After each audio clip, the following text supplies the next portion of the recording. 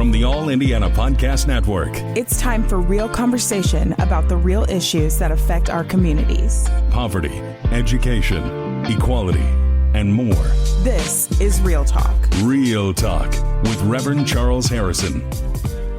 Welcome to Real Talk on the All Indiana Podcast Network. I'm Rev Charles Harrison, and on this episode, we're going to be talking about the judge here in Indianapolis that found a mother not guilty of neglect in the death of her 2-month-old daughter.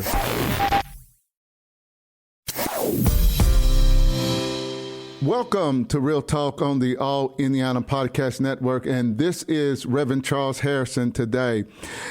Today on the podcast, I want to talk about what is a controversial judgment by one of the judges here in Indianapolis about a case that has certainly gotten a lot of attention, and probably more so because this is the second time that a judge here in Indianapolis has made a verdict that has been very controversial. And with this particular verdict of a 2-month-old girl who was found not guilty of neglect in the death of her daughter, I think I struggled with that a little bit in my faith as a minister of the gospel of Jesus Christ, and I really try to be compassionate toward all people. And because of my profession as a clergy, certainly I believe in redemption. But in believing in redemption, I also believe in the natural laws of God, that a person should reap what they sow. Not that a person's soul is lost, not that a person is beyond redemption and turning their life around and becoming a productive citizen, and someone, who could be used by God, despite what they have done. But I also believe that people should be held accountable, and I think it is in line with scriptures, where it is clear from the Bible that in life we reap what we sow. It doesn't mean that God cannot forgive us, but there are consequences to all of our actions. And I believe that, and in this particular case, I think I was just troubled by the conclusion that led to the verdict of Judge Stoner, that ultimately found the mother not guilty of negligence in the death of her 2-month-old daughter. This is some of the stuff that I read, and I've been trying to study up on this, to really talk about this. I was familiar with it because I was familiar with the case, and certainly it has been on the news.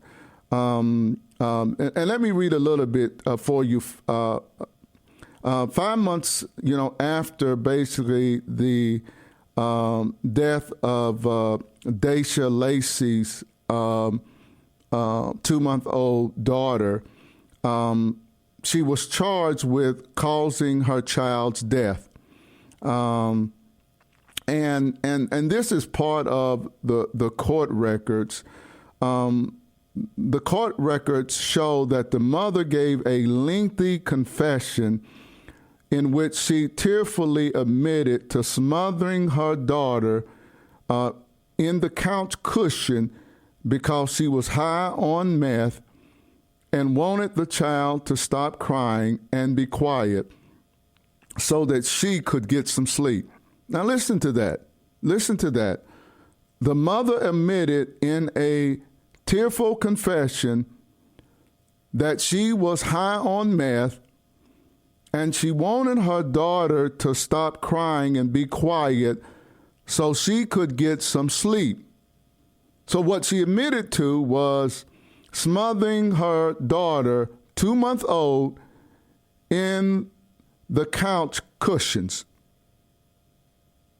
So basically, the mother is admitting that she had a role in the death of her child. Matter of fact, she didn't have a role, that she did it because she wanted to get some sleep, because she was high on drugs, on meth, and her 2-month-old baby would not stop crying. So she ultimately smothered her child. This is what happened. Now, let me get into what Judge Stoner said. At the end of her trial, Judge Stoner chastised Lacey, saying her actions were reckless. Stoner, though, insisted prosecutors didn't provide or prove she intentionally harmed her daughter.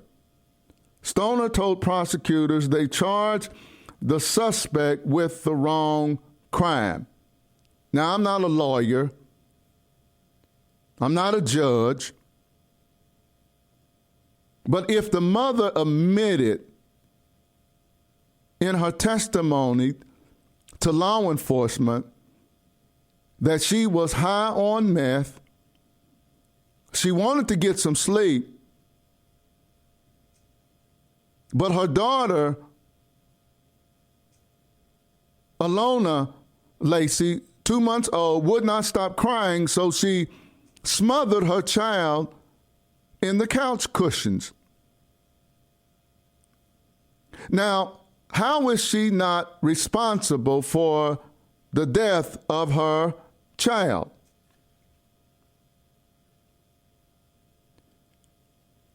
I'm having trouble with this. I'm having trouble in understanding it. I do admit that I'm not a lawyer, so I don't understand the law. But I am a parent. I've raised 4 children. I have 2 children that are in high school. One of my children will be graduating in May. I have one left in school. She graduates next year. So I know as a parent in raising 4 children that we have a responsibility for our children. To love our children, to provide for our children, to protect our children. That is the responsibility of a parent. Now, if a parent gets high and they're not in their right mind because they have chosen to take drugs, and because they have chosen to take drugs, they have a child that is 2 months old, and that 2-month-old child cannot fend for themselves or herself. She is dependent upon her mother. A child cries for a variety of reasons at 2 months old. Because you were high and wanted to get some sleep, because you have taken drugs, and because your child would not stop crying, you smothered your child. I don't understand any judge that at that point, after hearing the testimony and the confession and knowing the circumstances of what happened, because the judge scolded her and said that she was basically a bad mother. Well, obviously, Judge, you understood at the end of the day, if you're going to chastise the mother for your own words for being reckless, but then you say the prosecutors did not prove she intentionally harmed her child. Well, if you smother the child because you want her to stop crying, to me that sounds like intent. Your intention was to keep this 2-month-old child, your daughter, from crying. And how you do it is you smother her in the couch cushions. How is that not intentional?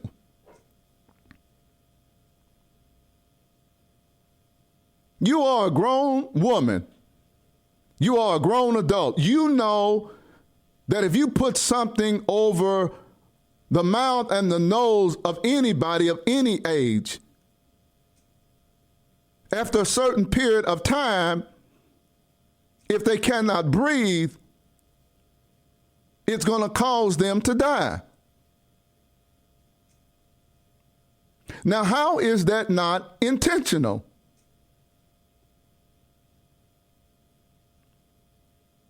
Now, your way out of this, Judge, is you say that the prosecutor charged the suspect with the wrong crime. Well, Judge, I disagree. Now, they could have charged the mother with additional crimes, but where I disagree with you is that her actions were intentional toward her daughter. Just because she was high does not give her an alibi and an excuse for what she did. She is a parent. She has a young child. She chose to get high, and because she was high, and because she wanted to get some sleep, and her daughter was crying at 2 months old, she intentionally tried to quiet her daughter. And she did it by smothering her daughter in the couch cushions. How is that not intentional? And what really troubles me is that it seems like the judgment of this judge devalued the life of this 2-month-old child. How can you set this mother free,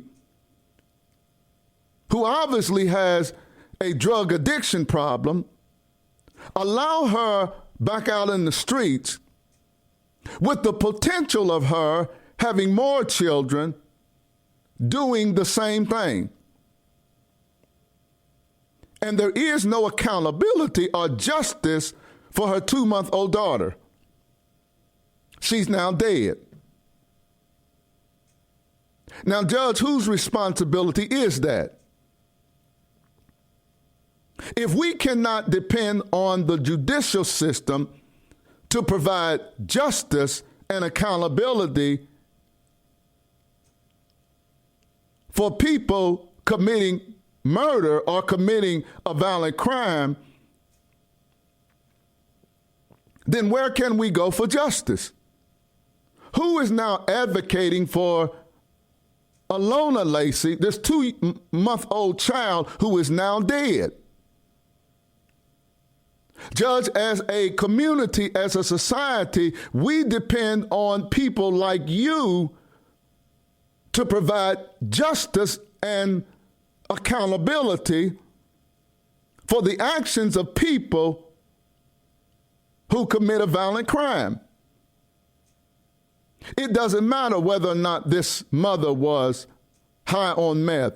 It doesn't matter whether or not she says she did not intentionally want to harm the child. Yes, you did, mother.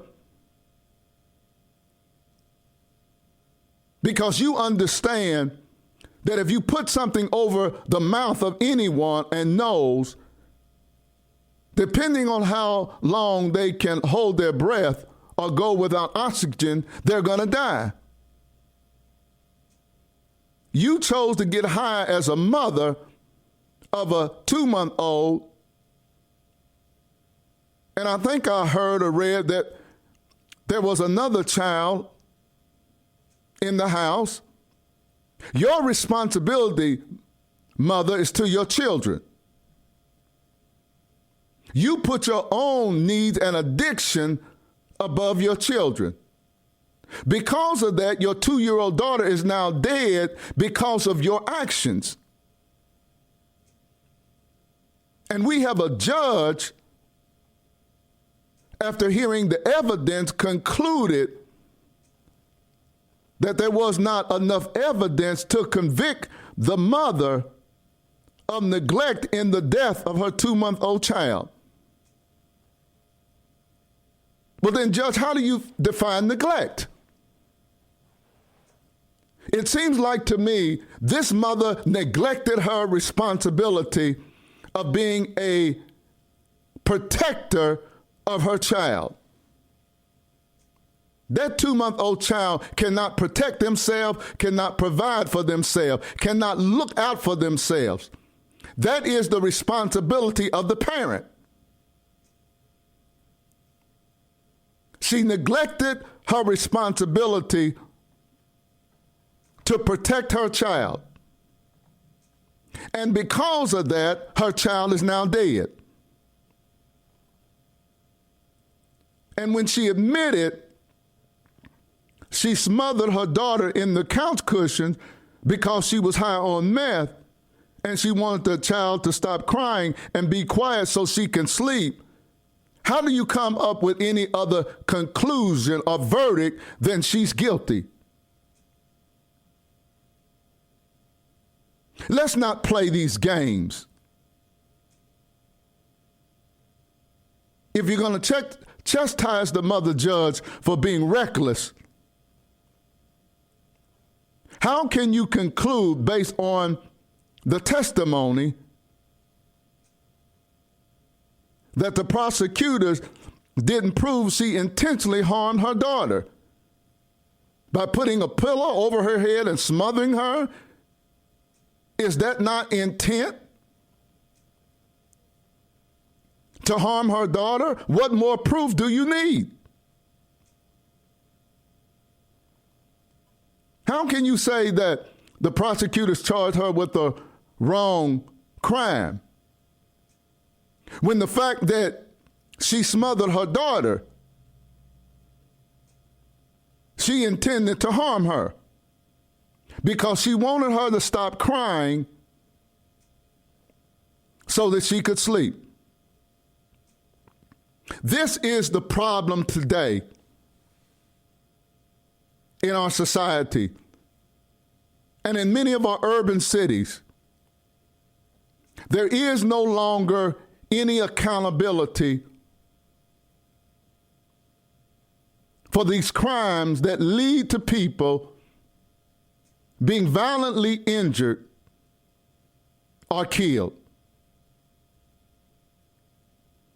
What does a person have to do today to go to prison? Particularly when it comes to violence. We're not even protecting our babies now. This makes no sense to me, and this is wrong. I can feel sorry for this mother as a mother, Deja, but Deja, you chose to have a child. And Deja, because you chose to have a child, you are responsible for the children that you have as a mother. All of us who are parents understand that our children become a priority in our lives when we make the choice to have children. We are the providers, the protectors of our children. They are in our care. And a 2-month-old child ought to be able to be a child, and their mother ought to protect that child and provide for that child. It makes no sense that she now, Deja, walks free and her 2-month-old child is in the grave. Judge, there was no accountability here. There was no justification for this verdict. Because it feels like now that we're living in a lawless society.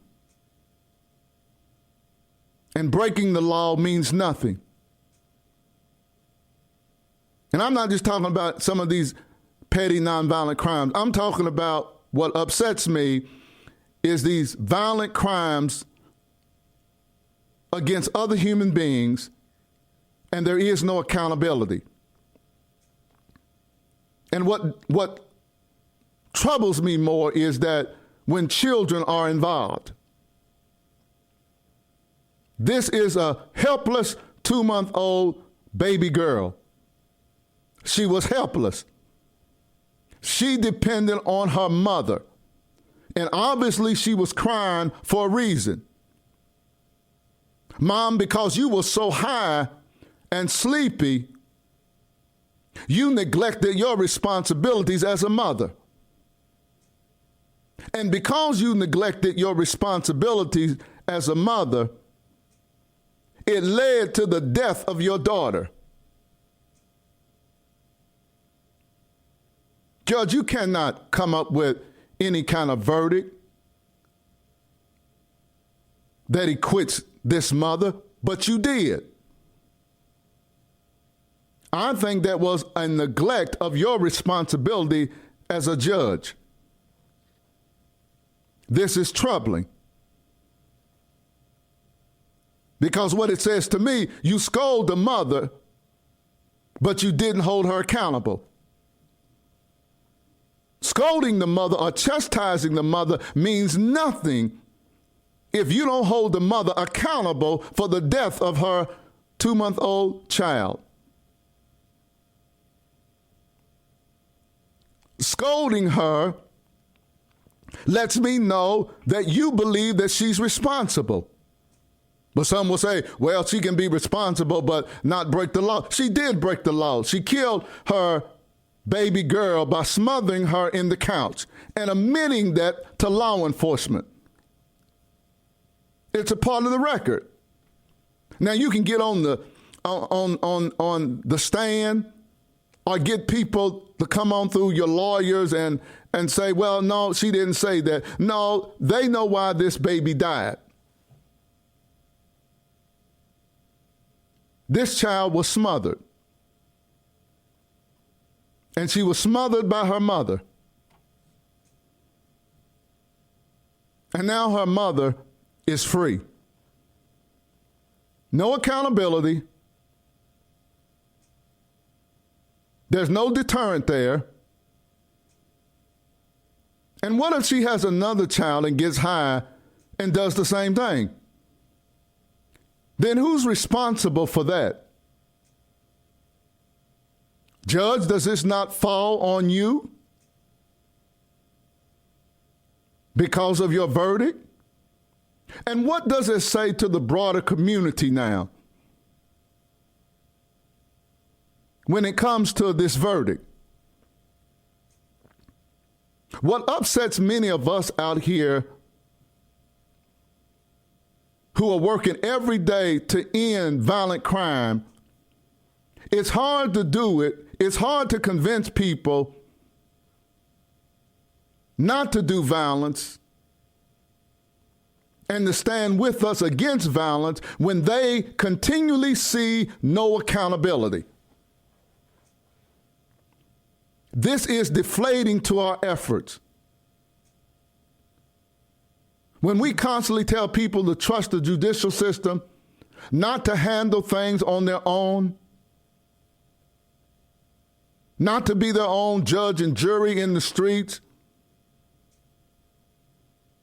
but yet when the system gets involved and there's no accountability, like in this case and so many other cases where people who have committed violent crimes are not held accountable, then how do we convince people not to take matters in their own hands when the system seems to be failing? And this is an incident where the system seemed to fail. It sends the wrong message. So now the judge points the finger at the prosecutors. The prosecutors are pointing the finger back at the judge. We have a mother who smothered her child, murdered her child, and is walking. And then we have a child that is dead without any justice and accountability for the person who killed her. This is insane. This is the madness that many of us have been vocal about for years. And if we can't count on our judges and prosecutors to hold people accountable who are committing violent crimes, then we need new judges and new prosecutors who are going to do their job. We cannot have judges who are not holding people accountable for the crimes that they are committing when we have a bench trial. If a jury would have found her not guilty, then it would have been based on what the jury heard as the evidence that would have led them to that conclusion. I doubt if you would have found the jury that would have acquitted this woman. I doubt that very seriously. And I'm troubled, Judge, that you did that. We cannot have that in this city and in this country. I don't understand the verdict. I don't understand the conclusion that led the judge to this mother being found not guilty. I don't see how you could conclude that she did not intentionally try to harm her child. When you put her in the cushion of a couch and smother her. That makes no sense. And that's unacceptable.